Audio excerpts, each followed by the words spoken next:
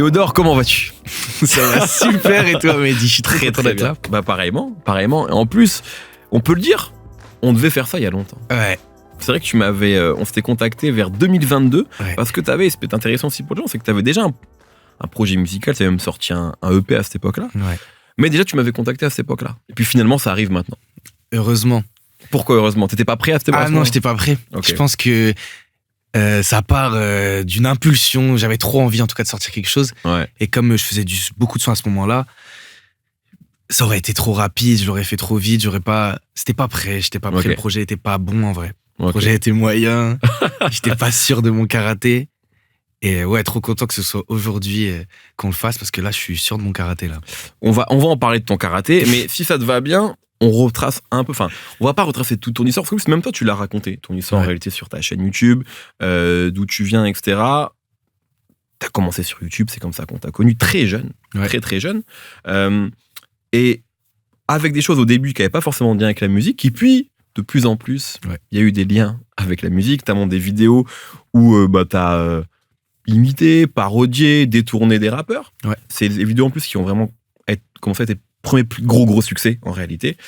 Quand tu commences à être un YouTuber star, très connu, est-ce que tu as déjà la musique en tête? Sachant que toi, tu es déjà quelqu'un aussi qui a fait du théâtre, avait ce truc un peu de touche à tout. Est-ce que la musique, dès le moment où ça a commencé à marcher vraiment pour toi, tu l'avais en tête? En fait, quand ça a marché, j'ai commencé à me poser la question de ce que je voulais vraiment faire. Okay. Mais dans toute ma vie, et à partir du moment où j'ai commencé sur YouTube, donc très tôt, il y avait déjà la musique. Sauf que, comme tu as dit, j'ai fait du théâtre, j'ai fait YouTube et il y avait la musique dans tout ça. Ouais. Et je me posais pas vraiment la question de si c'était ça que je voulais faire. En fait, juste puis en vrai, t'avais 16, 17 ans. En vrai, juste m'amuser. Ouais. Et c'était cool. Après, à un moment, YouTube, ça a pris beaucoup de place parce que c'est devenu huge. Ouais. Dieu merci, c'était trop bien. Ouais. Mais ouais, à ce moment-là, du coup, je me suis dit, bon, ça, c'est en train de réussir. Je kiffe ça. Mais en même temps, le théâtre, je kiffe aussi. J'ai envie que ça réussisse. Et évidemment, la musique, je kiffe aussi, j'ai envie de pousser le truc jusqu'au bout, tu vois. Donc j'ai toujours eu ça dans un coin de ma tête quand même. Comment tu commences à en faire du coup? Du son? Ouais. Alors, au tout début, c'est mon père qui m'inscrit au piano. Ok. C'est moi qui met mon petit appareil photo pour enregistrer des trucs à 7 ans. Ouais. Bon, ça, c'est... le tout début. De l'amusement. Et puis après, en fait, il y a un moment où moi, je ralentis les vidéos sur YouTube quand j'ai 16-17 ans, quand je suis au lycée. Et à ce moment-là, je commence à bien m'entraîner sur FL Studio. Et c'est là que je prends un petit peu de niveau. Que je dis à moi sur l'album, FL Studio Tarla Night, j'ai rajouté des VST. Voilà, donc t'avais ce truc-là avant, en fait. Il y a ce truc-là où j'ai essayé de composer. En fait, ça m'a tellement toujours amusé que, tu sais, quand tu grandis, j'ai toujours grandi avec les logiciels de montage, les tutos, toujours essayer de tout faire. C'est vrai que c'est ça, votre truc aussi, souvent sur YouTube, vous avez ce truc-là de commencer à monter, à jouer, enfin, vous avez un peu ce truc-là très polyvalent, souvent, vous êtes nombreux à avoir ça. Ce que je trouve cool avec nos outils aujourd'hui, c'est qu'on peut faire vivre une idée au bout. Et que ce soit un sketch, un podcast, en fait, ton idée peut être réelle. Et ça, depuis petit, ça me passionne. Et je trouve que le plus agréable dans tout ça, c'est quand une idée musicale va au bout. Plus qu'une vidéo, plus qu'un truc. Parce que, je sais pas, moi, c'est ce qui me fait le plus kiffer dans finir un truc, tu vois. Qu'est-ce que tu écoutes à ce moment-là? Parce que nous, on t'a découvert, si on parle de musique, avec le rap. Ouais, bien sûr. Notamment, on va en parler après, mais un couplet assez marquant sur le projet de Zoukou. Et cette punchline légendaire. Ils ont peur de l'islam, nous on a peur de Dieu. Voilà. C'est l'inverse, je crois. Nous on a peur de Dieu, ils ont peur de l'islam. Mais ton album aujourd'hui, on va parler, c'est pas un album de rap. En tout cas, c'est pas comme ça qu'on doit le présenter. Je pense que ce serait une erreur. Mais au début, on te découvre avec le rap. Et même toi, on comprend que tu maîtrises cette musique-là via tes vidéos. Est-ce que quand tu commences à faire de la musique, c'est du rap, c'est autre chose? Ah oui. Quand je commence à vraiment m'y mettre, c'est du rap, mais c'est tellement large que, en fait, je pose sur plein de styles de rap différents. J'essaye plein de trucs.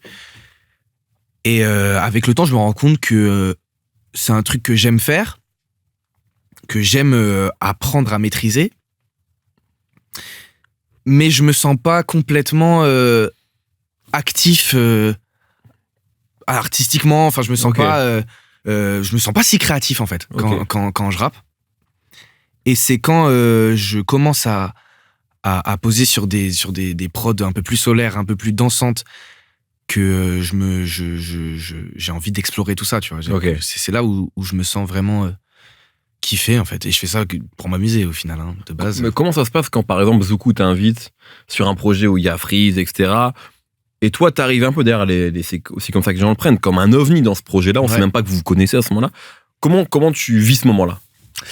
Moi, fier quand même, parce que je suis un peu fan de tout ça, et je me dis non, faut les choquer. Je me dis faut les choquer. On arrive en studio là-bas au KGB, et il y a Flemme aussi, c'est ça. Bah, toute cette équipe. C'est ça, sur une prod de Flemme. Et moi, j'ai trop envie de kicker, en fait. Je sais pas, j'ai envie de prouver. Il y a la volonté de prouver. On m'invite sur un album de rap. J'ai envie de rapper et de tuer ça. Et je pense qu'à cette époque-là aussi, je suis dans un truc malheureusement, il faut que je cherche la légitimité quelque part. Il faut que je me sente légitime ouais, je sais rapper, moi aussi. Ouais, je suis youtubeur, mais je sais rapper. Aujourd'hui, j'ai pas envie de prouver ça, je fais mon truc et voilà. Ouais. Mais à cette époque-là, je pense que j'avais la volonté de prouver que moi aussi je peux le faire. Et ouais, c'était trop bien comme expérience, hein. Franchement, c'était trop cool. Est-ce qu'il n'y a pas aussi quelque chose, tu sais, qui peut être... je voulais qu'on en parle un peu plus tard, mais finalement, toi, t'as commencé jeune. T'as commencé très jeune même. Et t'as eu aussi du succès un peu plus tard, mais jeune malgré tout. Et donc, une forme de réussite, et avec des gens qui disent... t'es le GOAT. Tu vois, non mais Internet. Ouais, c'est-à-dire que t'as connu l'excès tout de suite dans l'amour, mais dans la haine aussi, j'imagine, dans les critiques. Enfin, c'est bien ça, sûr. Internet. Mais donc, du coup, t'arrives très jeune avec une position de est-ce que c'est pas déjà, est-ce que j'ai pas déjà fait le tour quelque part? Est-ce que t'avais pas besoin aussi de te mettre en position de rookie à nouveau? C'est bizarre de dire ça parce que t'as que 21 ans, je crois. Ouais. Donc j'ai 21 ans. Tu vois, il y a des gens, ils commencent à peine leur vie professionnelle. Et encore, même, il y a des gens qui commencent leur vie professionnelle à 25 ans, à 30 ans, c'est quand tu fais médecine.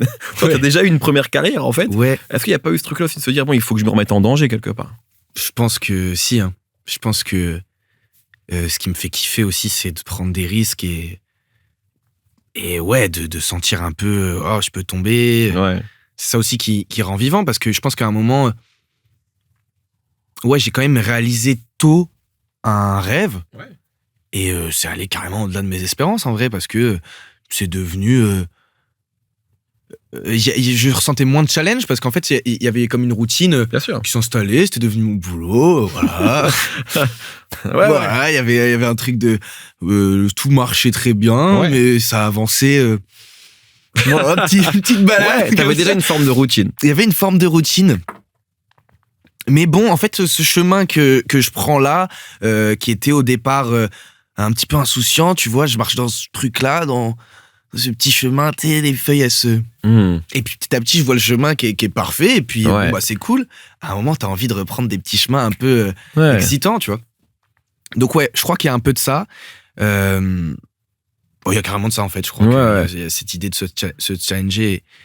Et en fait, surtout aussi de me dire que comme j'y ai cru quand j'étais jeune, que je pouvais réussir que je pouvais réaliser ce rêve-là, je me dis, mais en fait, tant que tu y crois, tant que tu travailles, tant que tu as la foi, tu peux le faire. Et en fait, ça aussi, la musique, ça fait partie. Si j'ai 3 rêves, il en fait clairement partie. De créer un bel album, d'être fier de ça et d'être allé au bout de ça, ouais, bien sûr. Sur l'album, tu dis, je voulais pas la vie de tout le monde. Ouais. Est-ce que ça, très tôt, t'as eu ce truc-là, ce sentiment de se dire, il faut pas que je sois justement dans une forme de routine, un boulot qui me plaît pas? Je ne comprenais pas, ma mère m'en a reparlé il y a pas longtemps, je ne comprenais pas quand on me disait, ok, tu veux faire quoi plus tard et tout, et je comprenais pas le concept de métier où il y a un plafond de verre. Je disais, mais maman, c'est pas possible. Enfin, si je fais ça, à un moment, je vais pas être millionnaire. Je suis con, ça, c'est votre génération. Il y a que l'argent, et voilà. J'enfile ma casquette de vieux con. Ça rentrait dans le truc parce que moi, j'ai toujours kiffé les... Ouais, progresser entre... C'est ça, et puis même très jeune, j'aimais trop les success stories, encore aujourd'hui, tu vois. Alors, j'ai toujours... étaient fans des histoires comme ça. Et je me rendais compte que c'était tout le temps des gens qui voulaient pas faire comme tout le monde. Ouais. Et je me disais, mais non, moi, je veux pas faire un métier où je sais qu'il y a une limite. Et donc, c'est ce plaisir-là que je trouvais dans le théâtre, ce rêve de cinéma, dans la musique, évidemment, et même sur YouTube, parce qu'en vrai, ça n'existait pas vraiment quand j'ai commencé. Donc, t'es plus jeune que les autres, mais t'as commencé quasiment en même temps qu'eux. De ouf. Parce que t'as commencé quand t'étais vraiment gamin, en fait. 2012, première vidéo sur YouTube. Mais ce concept de plafond de verre, il me terrifiait déjà petit. Et je crois que j'ai jamais voulu de la vie de tout le monde. Et c'est grâce aussi à mes parents qui ont dû voir ça chez moi et qui m'ont laissé avancer, nager comme ça, très à l'aise. Dans ton histoire aussi, il y a ce lieu, le Lot, tu sais, qui semble, d'un point de vue extérieur, à lui un peu magique, genre où vous étiez tous là à faire des vidéos qui faisaient des millions de vues, tu sais. Mais il y a aussi un lien avec la musique, parce que Joyka fait de la musique aussi, Raska n'en fait pas, je crois, aujourd'hui, mais en tout cas, en parle beaucoup, il parle quasiment que de ça. Est-ce que toi aussi, avec ces gars-là, est-ce que ça a pu t'alimenter, te donner aussi envie de poursuivre ce chemin-là? Complètement. Et même Mastu qui fait du son, et avec qui on a pas mal. Oui, t'es très très proche de lui aussi. Voilà, bien sûr. Ouais, en fait, quand j'arrive au Lot, il y a cette envie là de tout le monde de faire un peu de musique parce que ça nous touche tous à différentes échelles. Et je rencontre Raska, évidemment. Et Raska a quand même un certain goût pour les choses que je respecte et que j'adore. Et là-bas, alors qu'on croit que ça pourrait être un centre de formation pour youtubeurs, le Lot, en vrai, j'ai fait beaucoup plus de sons là-bas que de vidéos. C'était beaucoup plus dans cette énergie-là. Parce que Raska m'a fait rencontrer tous ces gars qui sont nés dans le son. Donc, il y avait carrément de ça entre nous tous. Même Joyka, j'ai un peu travaillé avec lui. Lui est très fort en prod et tout. Enfin bref, on a fait beaucoup de sons là-bas. Tu fais ces vidéos, tu commences à faire de la musique, et t'as un EP qui sort en 2022. On arrive. Et donc, j'imagine, puisque si je reviens sur le début de la discussion, c'est censé peut-être annoncer un album, en tout cas un projet plus long. Je sais pas dans ta tête comment tu vois cette EP aujourd'hui, et quel bilan si tu fais peut-être de cette première incursion dans la musique qui est différente de ce que tu proposes aujourd'hui. Moi, je pense que ce projet-là, il est sorti parce que j'en pouvais plus. Il fallait absolument. Tu voulais sortir. J'en pouvais plus. Je voulais juste sentir ça. Donc, j'ai sorti ça sur un coup de tête un peu, en me disant, au moins, si je le sors, je suis obligé d'enchaîner derrière. Comme c'est un petit EP, il s'appelle On Arrive, les sons, c'est un peu ça l'idée. Aujourd'hui, je le vois, j'en suis content parce que je trouve que dedans, il y a une ambition que je retrouve encore aujourd'hui, un truc de OK, on va le faire et ça va bien se passer.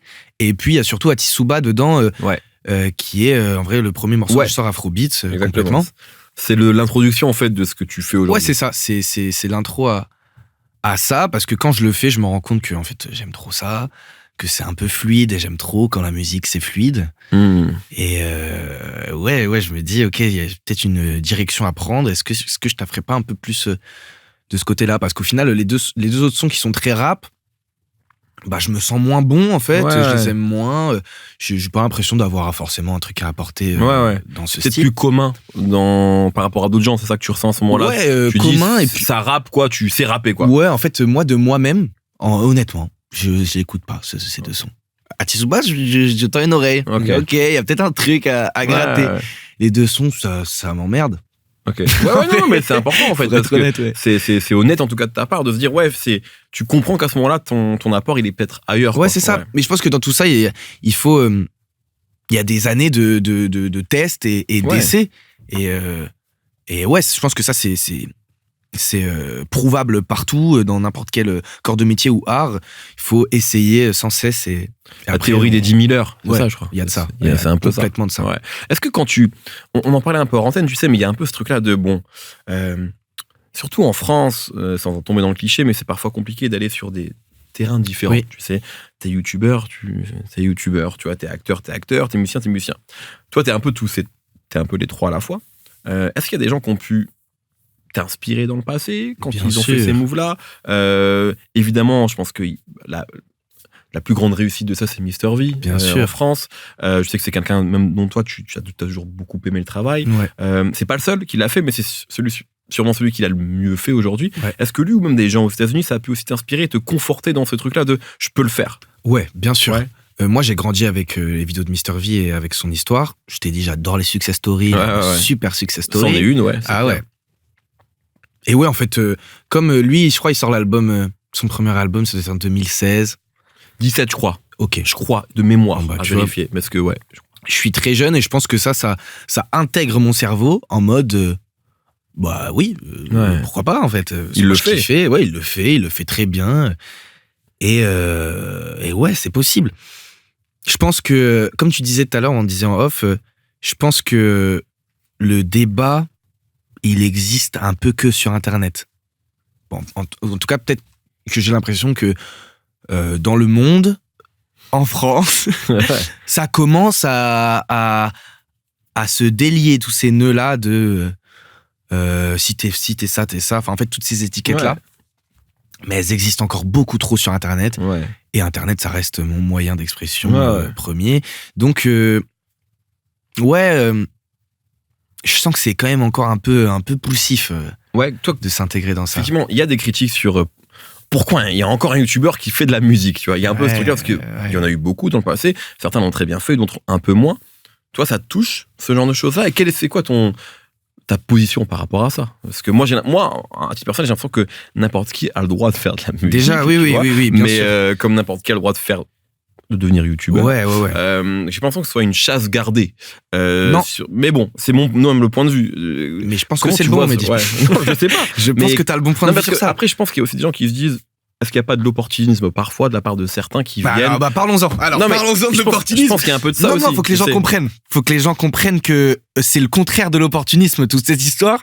Parce que, moi, je retire toutes mes vidéos. Justement pour à moi-même déjà me prouver que c'est ça Ouais. et que je vais le faire à fond et sérieusement. Ouais. Je me lance dans cette carrière-là, qui j'espère sera une carrière pour le coup. Mhm. Et en supprimant cet aspect-là de ma vie, donc cette étiquette de youtubeur, à quel moment non mais je veux dire, l'opportunisme, quand on parle d'opportunisme, on parle de quoi? On parle d'argent, Ouais. Bon bah non, évidemment que j'y perds et que c'est un risque énorme, tout ça. Donc je ne comprends pas, moi, quand je lis ces trucs-là en mode non, mais c'est pour... Parce que dans tous les cas, tous ces abonnés, ils vont écouter et tout. Non, ça ne marche pas comme ça.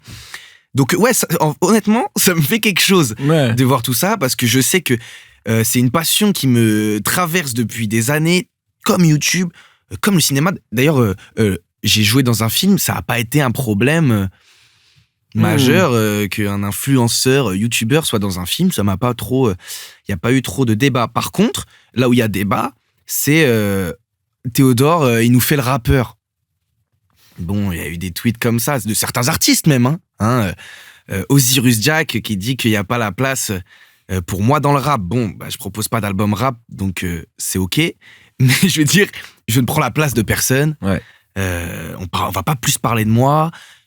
Ça va pas forcément mieux marcher, justement. Peut-être que je prends un risque aussi dans le sens où, comme les gens ont peut-être des attentes sur moi, peut-être que ça peut très mal se passer.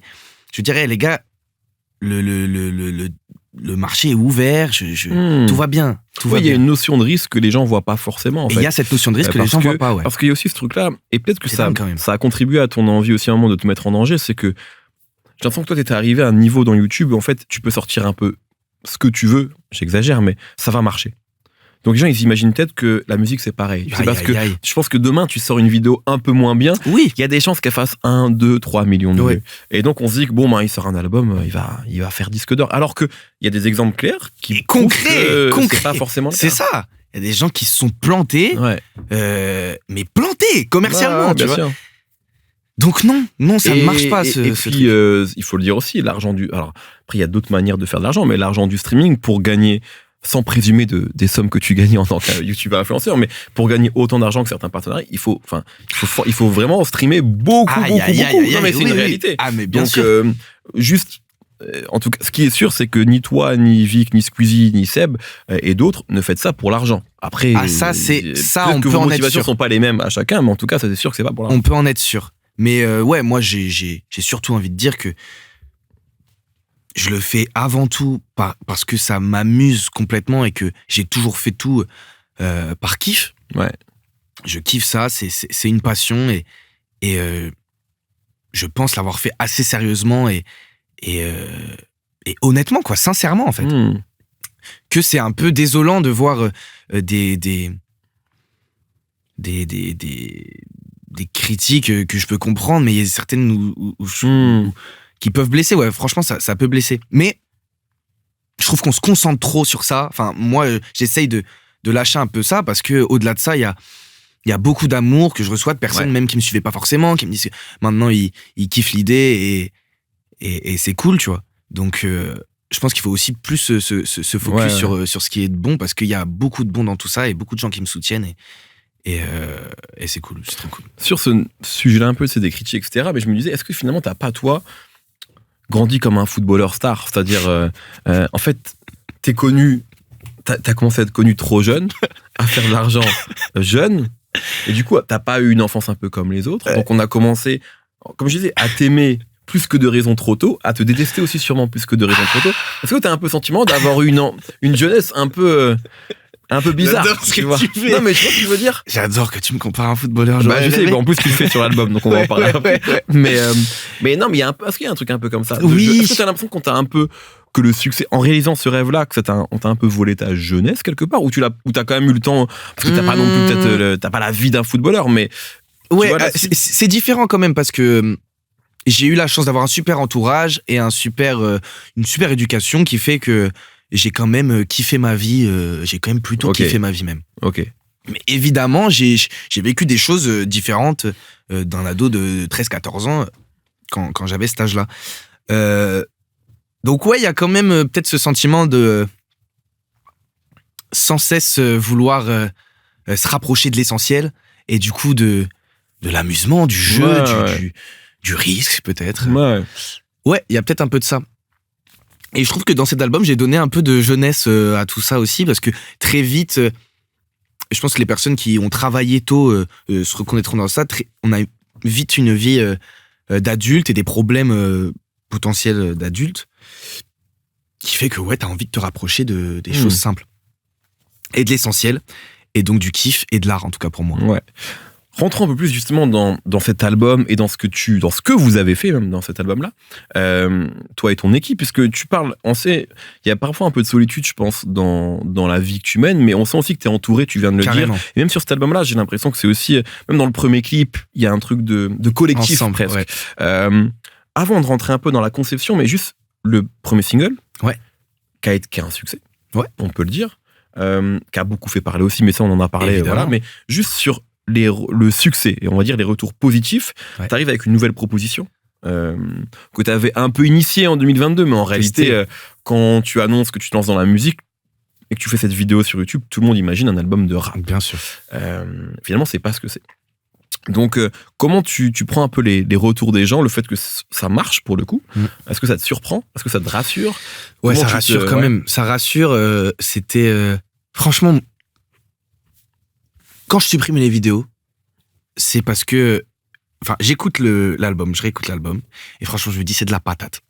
Franchement, je kiffe mon album. On est fiers. C'est un bête d'album. Métier. Donc, j'en suis fier, je suis content, et je me dis, mais non, c'est bien. Dans tous les cas, c'est bien, ce truc-là, j'en suis fier. Quoi qu'il se passe, j'en suis fier. Mais évidemment, ce truc-là, tu le proposes, tu restes pas, c'est pas que pour toi, je le fais pas que bien pour moi, cet album, donc évidemment, je le propose, donc l'avis des gens est très important. Et au final, que ce soit... Bon, c'est un sujet, ça a été un sujet, ça a été clivant. Tant mieux. Tant mieux. Je pense à Dvoul, tant mieux. Tout va bien, ça va le faire. Non, le fait que ça a été clivant, mais ça a marché. Donc ouais, tout ça, ça rassure, parce que je me dis, ok, il y a quand même... dans toute cette histoire, il y a quand même la question de, est-ce que je fais le bon choix? est-ce que je vais sur la bonne route? Évidemment, je pense à ce que je ressens au fond de mon cœur. Je me dis, oui, je suis pile à ma place, mais peut-être que je peux manger une baffe du public, parce que c'est un truc que tu proposes. Si tu te manges une baffe, tu te manges une baffe. Comment tu te relèves de ça, je sais pas. Donc ouais, très rassurant.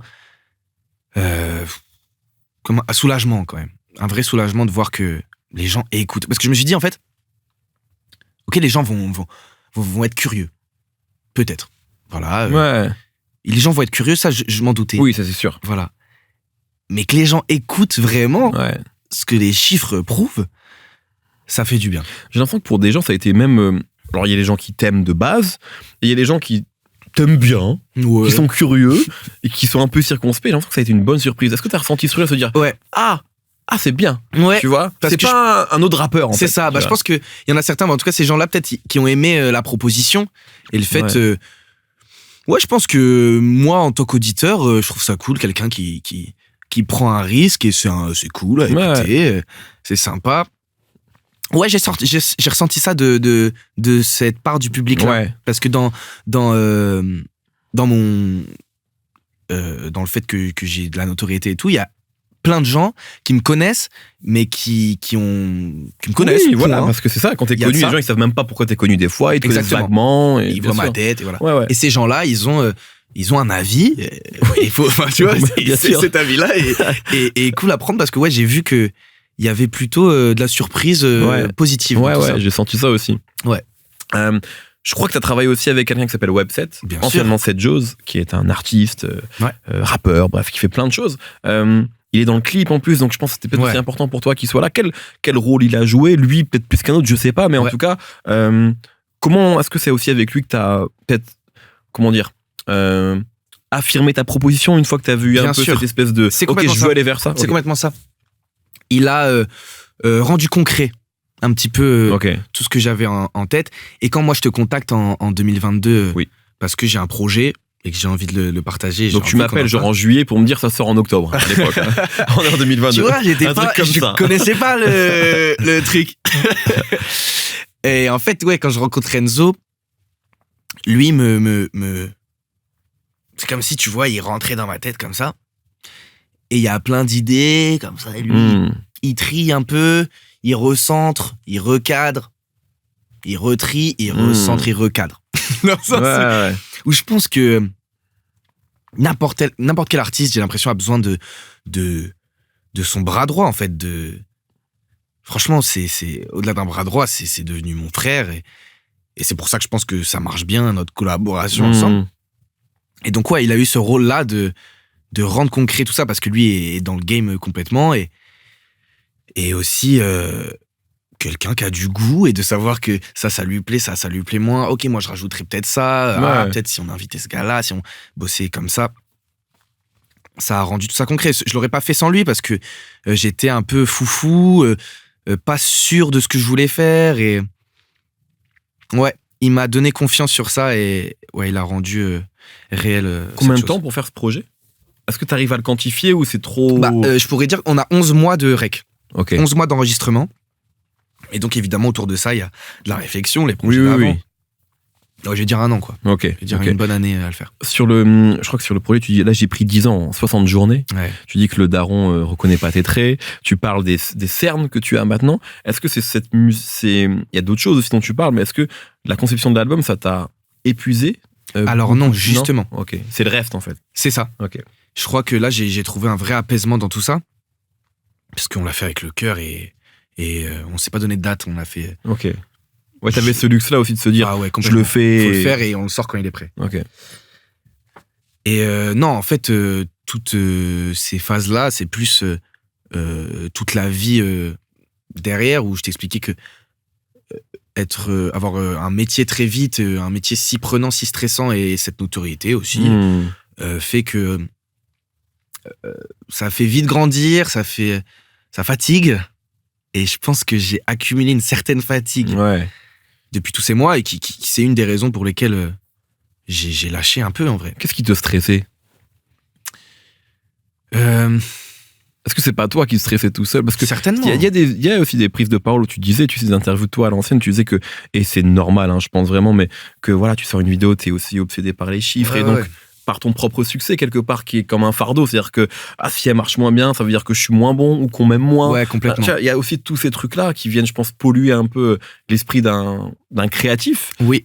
Est-ce que c'est ça aussi? Enfin, il y a peut-être d'autres choses dans ta vie privée, Oui, bien sûr, mais c'est ça. Ça aussi, ça vient te... C'est ça, en fait, quand ta carrière repose sur ta personne, Ouais.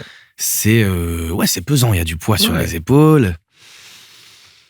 Et puis, ça implique aussi les gens autour. Ouais. Et ouais, je pense que Tu parles de trahison à un moment aussi. Enfin, il y a sûrement aussi des relations qui sont terminées, peut-être. Bien sûr. En fait, tout va très, très vite.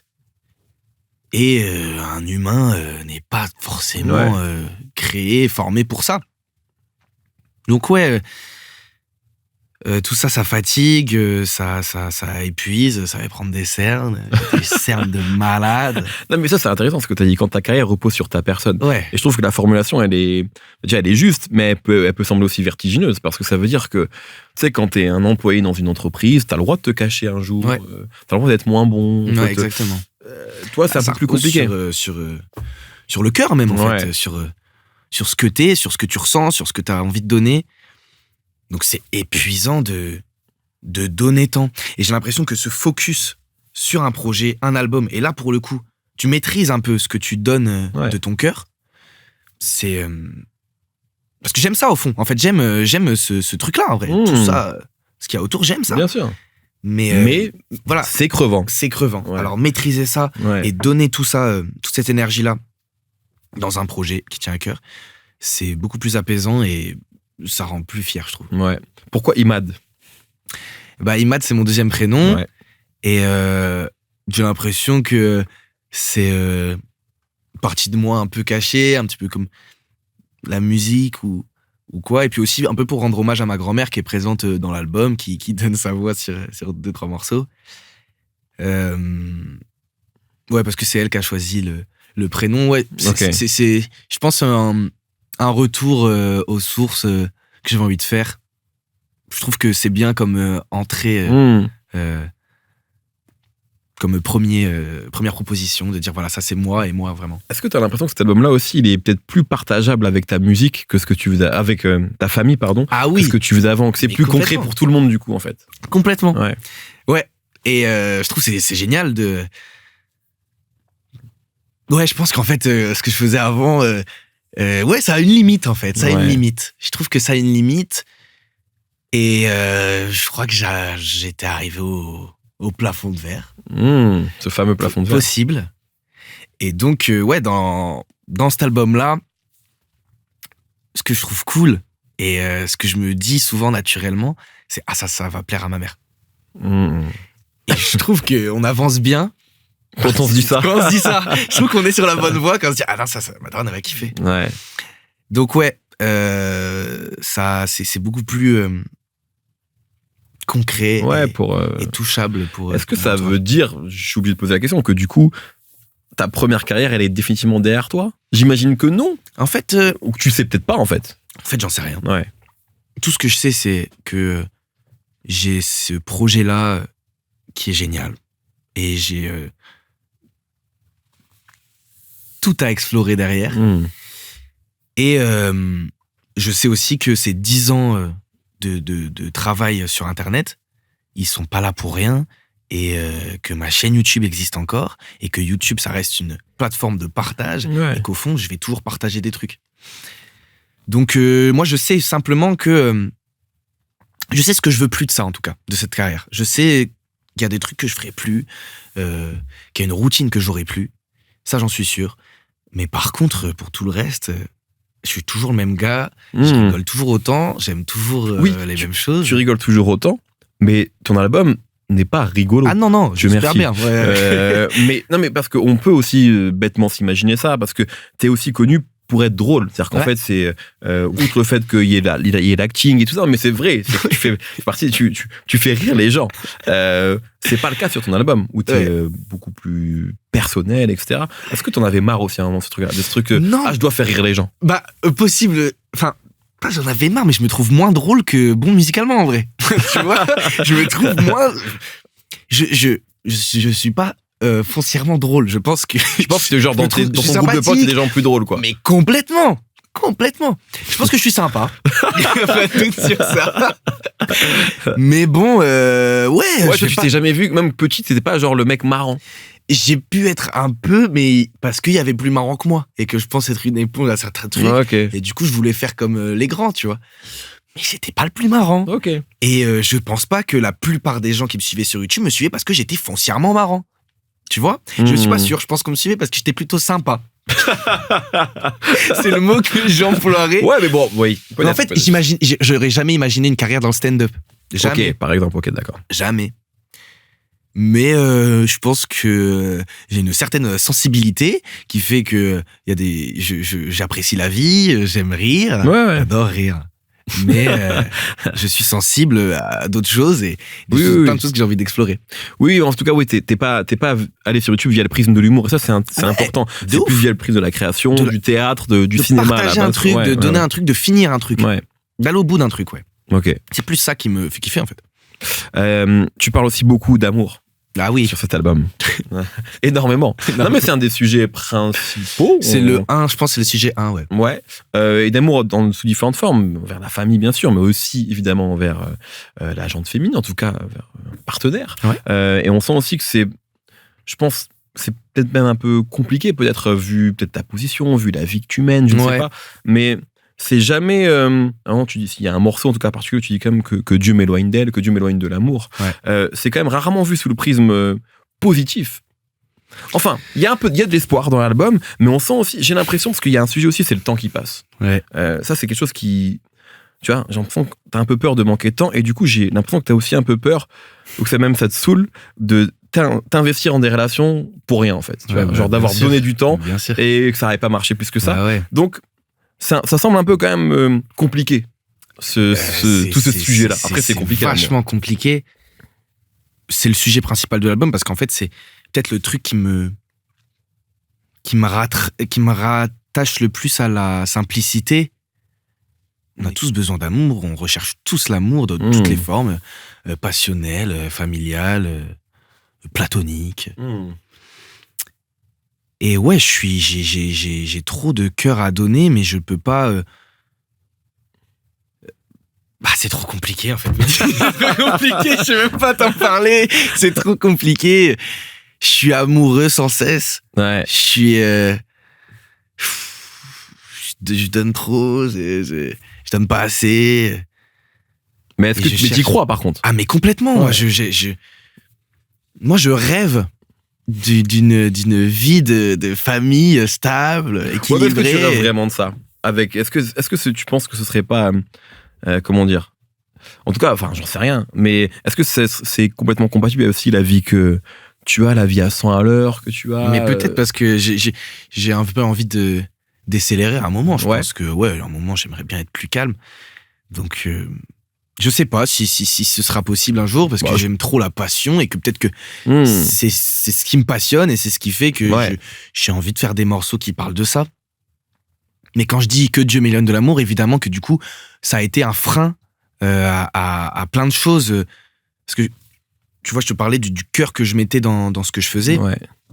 Et quand ton énergie cardiaque elle est donnée à de l'amour passionnel avec une fille, ça épuise aussi.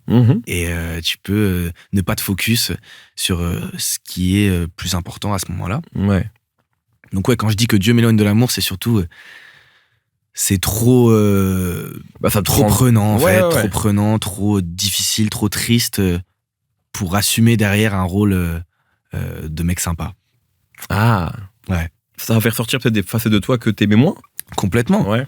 Je sens que je suis jeune, mais j'ai des histoires d'amour assez intense, complètement intense.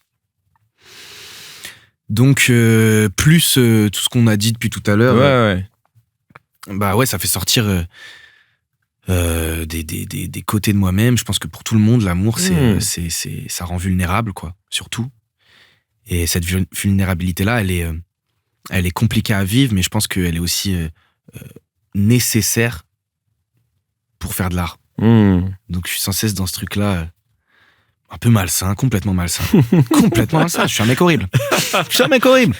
Pas du tout. Mais est-ce que du coup, je reviens en arrière, sur l'album, sur l'orientation que vous lui avez donnée, à un moment tu dis j'embrasse la famille à Cotonou, donc au Bénin, si tu es originaire du Bénin.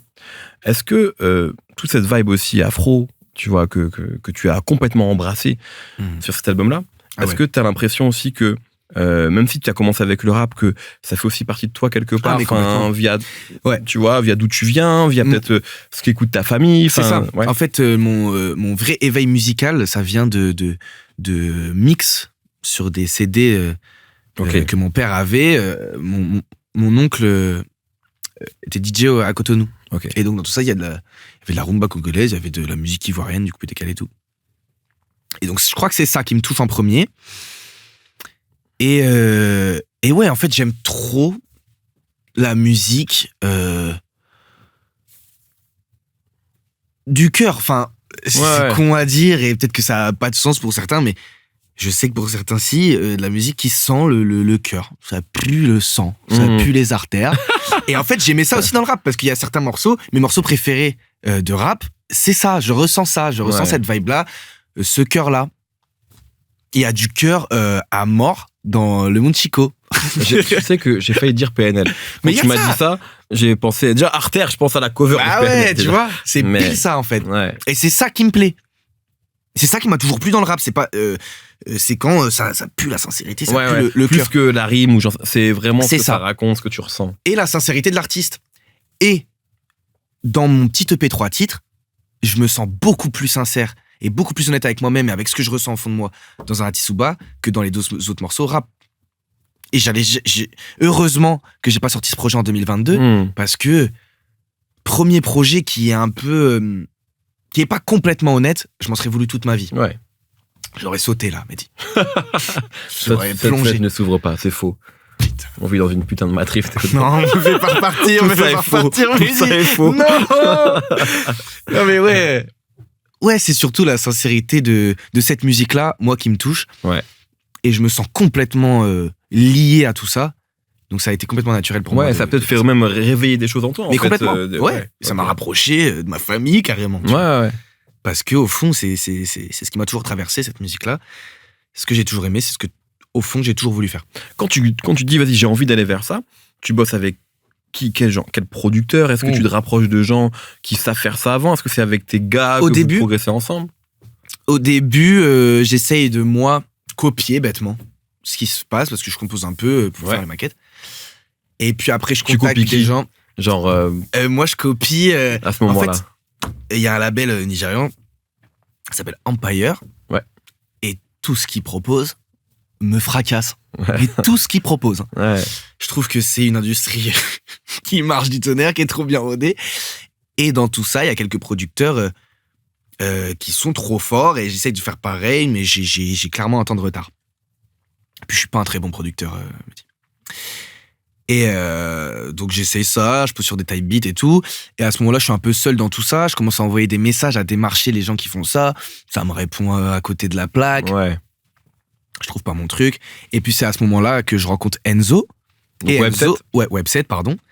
Et Webset travaille avec Low on Stage, qui lui, plutôt dans il fait plein de trucs en fait. Il fait de l'électro, de la house. Et puis aussi de la drill et du rap. Et ce gars-là, il me dit, il est chaud, et il va comprendre ton délire. Et donc moi, comme j'ai personne, on commence à travailler ensemble, mais au début, c'est un peu poussif. Puis il capte un jour. Et c'est ça que je trouve magnifique dans la musique aussi, c'est qu'il y a de la magie dans tout ça. Et par magie, il propose plus qu'il n'imite. Et donc c'est là que je ressens qu'il y a un truc. Et encore une fois, dans la notion de sincérité, il est trop sincère avec ça, il commence à kiffer et lui proposer et mettre de son expérience et de ses goûts à lui dans tout ça. En fait, au final, on crée une musique qui nous ressemble plus qu'un vulgaire copier-coller de ce qui me touche. Ouais. Donc voilà, c'est avec l'eau. Au final, ça s'est tellement bien passé que on a fait tout l'album et puis il est trop fort, c'est un génie, il va péter, il va exploser des sphères. Ce gars, il est trop fort, c'est un malade. Quand vous commencez du coup à faire de la musique, toi, je pense que tu prends en confiance et on comprend aussi dans l'album que beaucoup de gens ont douté. Ah oui. Il y a un morceau voilà, qui le dit clairement, mais c'est pas le seul morceau. Comment tu vis les espèces de...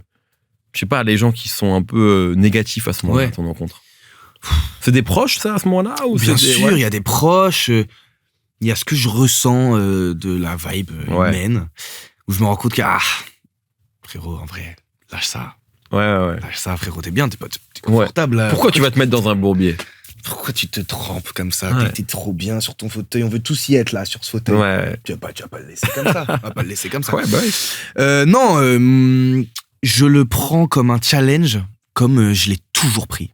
Parce que j'ai toujours pris des risques. Et tous les risques que tu prends, il y a forcément quelqu'un qui va te dire, ou plein de gens d'ailleurs, et la majorité des gens vont te dire, mais lâche ça en vrai, lâche ça. Et pour des trucs bêtes dans la vie, où moi je voulais absolument faire littéraire au... Oui, tu as un bac L d'ailleurs. J'ai un bac L. On t'a dit, fais un bac S, t'as pas des débouchés. Mais attends, mais t'as des débouchés, ça va, tu vas... Débouchés de quoi? C'est la différence entre toi et moi. Tu vois, moi j'ai fait un bac S. J'ai écouté les gens qui doutaient de moi. Ah non, heureusement je les ai pas écoutés. Parce que en fait, j'ai l'impression que la vie est trop courte pour ne pas suivre son cœur. Et que du coup, toutes ces paroles-là, elles sonnent comme des petits, tu vois, des petits. C'est pas le boss, tu vois, dans la vidéo, c'est des petits, les petits mobs là comme ça qui arrivent, et tu dois te battre quand même. Mais ils sont vite éliminables en vrai. Ils ont peu de PV. Et tu les claques rapidement. Donc heureusement, j'ai pas écouté ces petits mobs de Golemont là. Ouais. Heureusement, parce que j'ai l'impression que c'est obligatoire d'avoir toutes ces voix négatives quand tu te lances dans un truc qui peut être risqué. Mais si tu te lances pas dans un truc qui peut être risqué, tu briseras pas le plafond de verre et voilà. T'as un morceau qui s'appelle CR7, un autre morceau tu dis j'ai la mentale à Zlatan en 2020. Est-ce que c'est aussi... Enfin, parce que ce que tu dis là, ce côté challenge, c'est aussi une réaction de sportif un peu, en tout cas. Mais il y a de se dépasser, quelque part, de se dire, vous doutez de moi, très bien. Genre Zlatan, sa carrière, j'ai l'impression, c'est se nourrir de l'énergie négative des autres pour en faire un truc légendaire. Ouais, Cristiano aussi, complètement, bien sûr. C'est pour ça que j'aime ça. J'adore Zlatan, mais... J'adore Zlatan. Voilà, mais est-ce que ça t'a... Pas dire tu t'es inspiré d'eux, mais est-ce qu'en tout cas, ces profils-là, parce que t'aimes les gens qui me passionnent. Ouais, ok. C'est des gens qui me passionnent.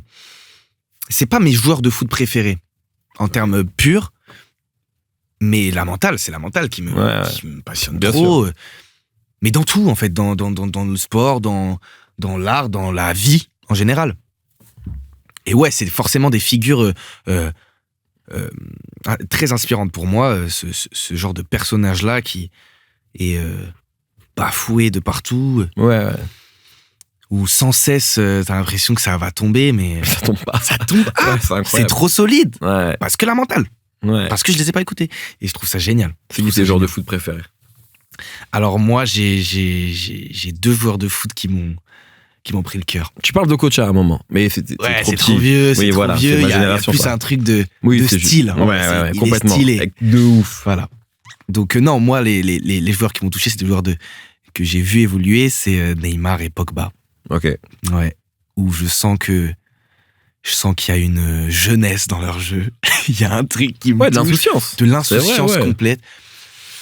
Ils sont là pour jouer. Au sens propre du terme. Il n'y a pas de... Ouais, c'est ça. Et ça me touchait trop. Et puis Pogba, il faisait charisme. Donc comment ne pas devenir fan à 12 ans d'un joueur de foot qui vient de Paris et qui fait... Ouais, c'est clair. Non, j'étais fan complètement. Donc ouais, ce serait Neymar et Pogba. Malheureusement, ils ont tous les deux une fin de carrière horrible. C'est vrai. C'est triste d'avoir ces exemples-là. On souhaite pas la même. Non, mais je ne les cite pas dans oui, c'est vrai. Morceaux, tu vois. C'est des gens que j'ai dans le cœur, mais je me dis, la mentale. Ouais. Faut rester sur la mentale à Zlatan et Cristiano. Complètement. Tu dis sur l'album, j'ai le meilleur deal, je vais faire le meilleur disque ou quelque chose comme ça.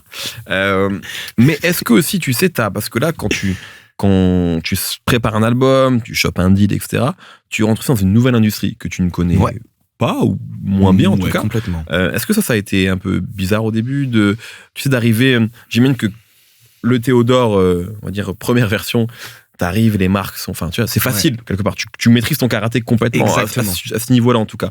Là t'arrives et t'es en mode, qu'est-ce que je vaux? C'est trop bien, parce qu'il y a tout à apprendre, il y a tout à faire, il y a tout à prouver, et génial.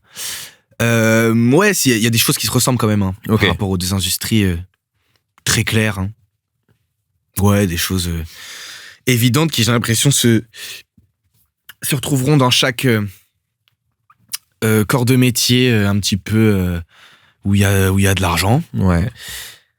Donc j'ai l'impression quand même d'avoir une mini avance avec par rapport à quelqu'un qui arrive parce que je suis quand même un artiste en développement complètement. Oui. Mais t'as déjà. Mais je connais un peu ce game-là. C'est vrai que c'est une industrie complètement différente. Ça m'intéresse en fait parce que ça m'intéressait aussi du côté YouTube et tout ça. Donc ça m'intéresse. Mais je regarde ça de loin. Hein. Je sais pas. Ça m'intéresse parce que j'aime savoir les choses, mais en vrai, c'est et sur YouTube et dans la musique, c'est pas un truc où je suis très bon. Ok. Ce genre de discussion, c'est pas ce ça genre qui de papier, Ouais. c'est pas ça qui me fait rêver. Je serais pas un bon producteur. Ok. Je serais pas un bon patron. Ouais, t'aimes pas en fait. trop parler d'argent en fait. Non, Ouais. alors Ouais. pas du tout. Ok. Je serais un mauvais patron, je serais un mauvais dirigeant et je ferais couler un club. T'aimes pas ouais, tu prendrais que des Neymar, toi. Je prendrais Oui, des donc c'est Neymar, pas des mecs qui possible. se blessent mais qui me touchent. Ouais, et je c'est serais ça. là en mode, mais t'es touchant, toi. Allez, Ouais. sors. Ça marcherait pas. Non. T'aimes pas parler d'argent, mais quand même, on sent, tu sais, que il y a une forme presque, je trouve, de culpabilité vis-à-vis de l'argent que t'as pu faire. Tu sais, à un moment, tu dis, j'ai presque honte des sommes que je fais, Ouais, etc. Pas de culpabilité, mais en tout cas, parce que tu l'as pas volé, mais Non. sur le fait que, t'en as eu, enfin, t'en Ouais. as fait de l'argent avec tous ces contenus-là. Et très tôt, peut-être aussi, d'ailleurs, que c'est une chance aussi, parce que du coup, t'arrives aussi avec Mais un truc dans la musique où du coup, énorme chance. t'as de l'argent, mais surtout, t'es libre. Exactement. Tu vois. Il n'y a pas cette pression-là Ouais. de ça peut Exactement. tuer ma vie. Mais est-ce qu'il y a une forme de culpabilité, en tout cas, de se dire Non, ah, pas c'est de culpabilité, mais je pense que je suis conscient trop... Ouais. du monde dans lequel on vit et que je suis pas ingrat par rapport à ma position qui fait que je me suis jamais levé à 6 heures pour Ouais. pousser des palettes. Et donc, avoir ce train de vie-là jeune, et c'est problématique, parce qu'il y a tout un tas de problématiques, Oui.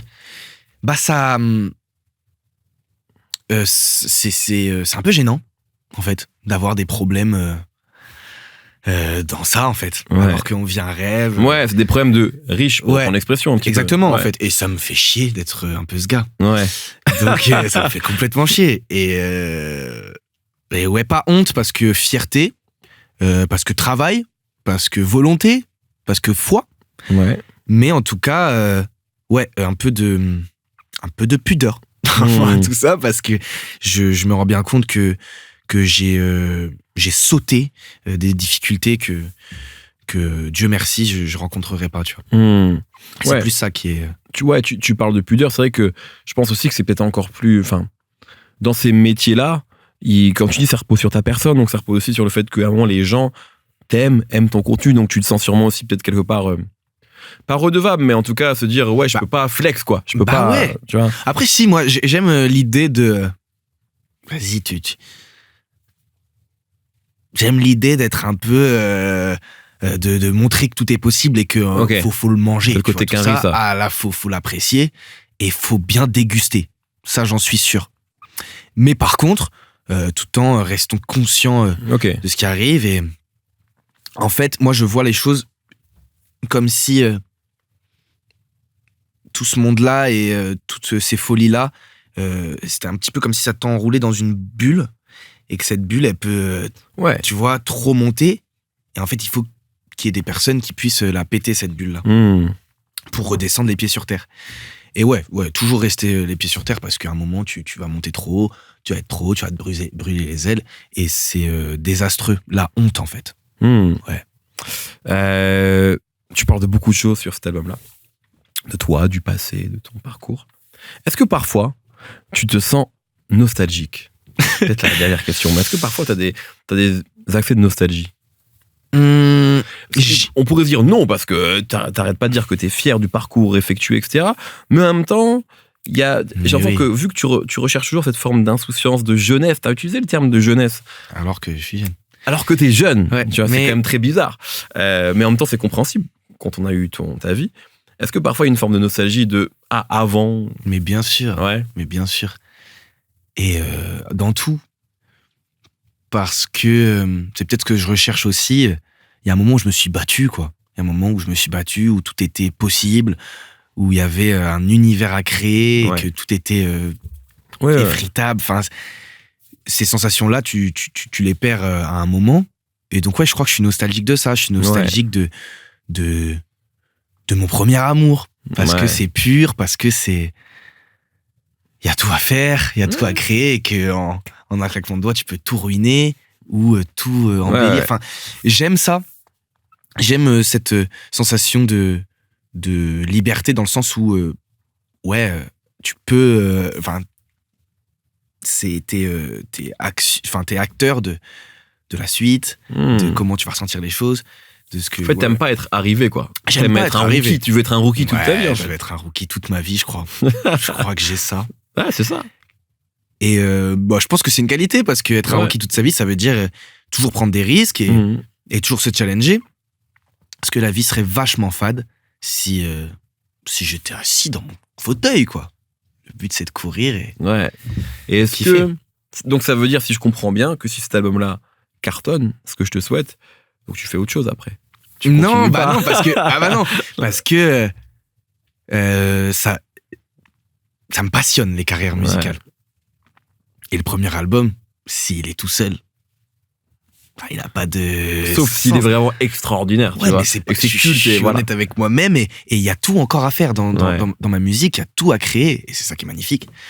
Donc non, s'il cartonne, le deuxième, faut qu'il déboîte le premier. Non mais ça, je connaissais la réponse, bien sûr, mais je pense que c'est aussi important, parce que c'est pas un one shot, c'est pas un side project. Ah non. Là, je m'amuse, là, je fais un petit album. J'ai assez prouvé par ce que j'ai fait et mes choix que non, c'est là où je me dirige. Mais non, je pense pas qu'on puisse être arrivé dans une carrière musicale. J'ai l'impression que même les gens qui sont arrivés, ils sont tout le temps un peu challengés partout. Je pense pas que Drake il est arrivé. Mais il est challengé. Oui, il est challengé, mais je veux dire, qu'il perde ou pas ce battle.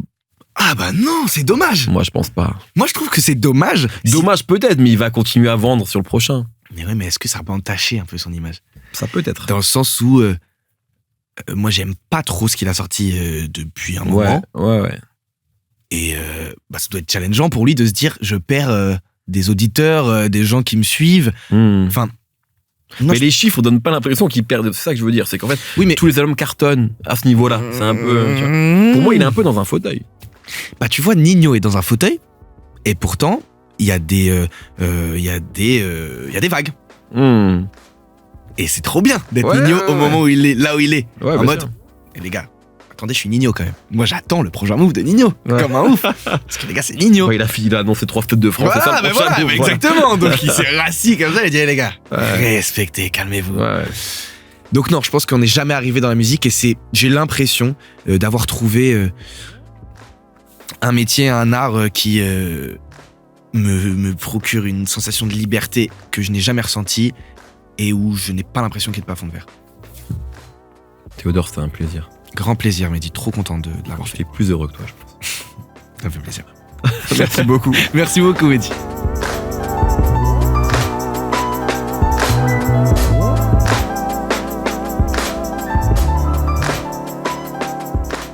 Merci d'avoir regardé la vidéo. Si tu veux en savoir plus sur la rap musique, n'hésite pas à t'abonner à Apple Music. Tous les vendredis, un nouvel épisode du Code Radio. La playlist est régulièrement mise à jour également. Et nous, on se retrouve très très bientôt avec un ou une nouvelle invitée.